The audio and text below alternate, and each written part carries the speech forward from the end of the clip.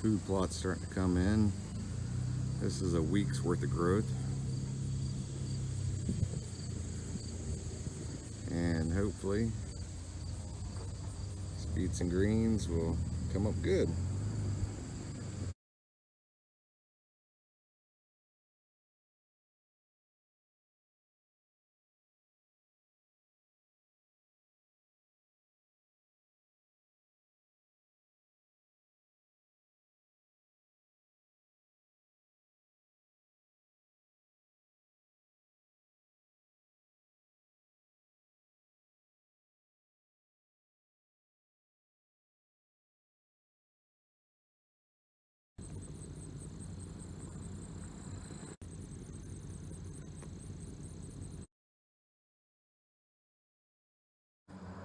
This is about a month or 5 weeks, month and week and a half growth. So it's doing pretty good. One little spot where there's not enough fertilization, but other than that, looking pretty healthy. Deer's been eating on it really good. You see the tops. They've eaten a lot of tops off, and it's looking good. You can see the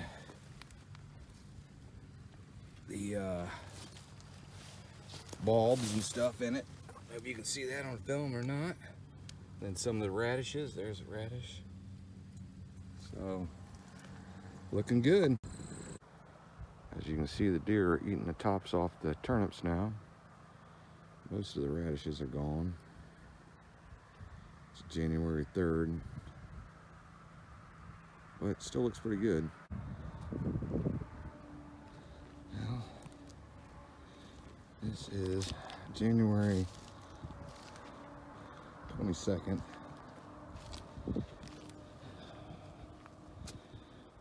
Food plot's holding up pretty good. They're really tearing into these turnips. You can see this nice trail I'm walking across it. Normally I don't go into it, but for this video I'm just trying to show you that. But that's what it's looking like. Still plenty of food for them. So the beets and greens have done well.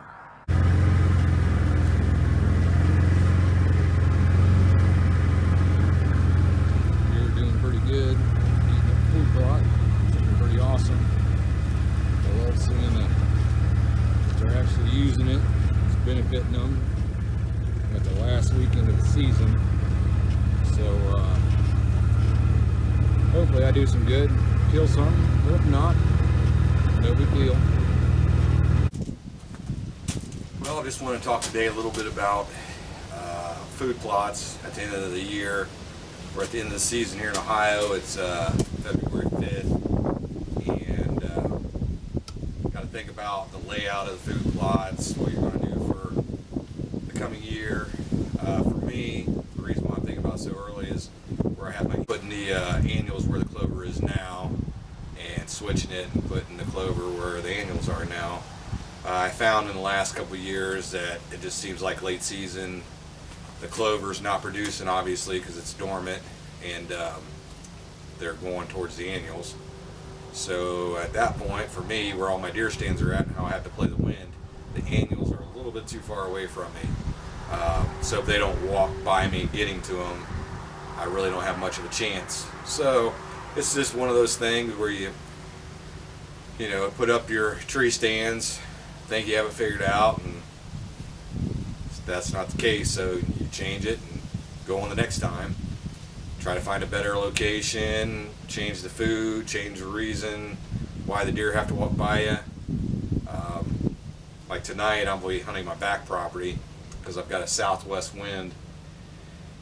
Even though it's pretty dang cold, southwest wind, and I've got one stand here that works with a south-southwest, you know, but it's really not a good stand here on the front property for that.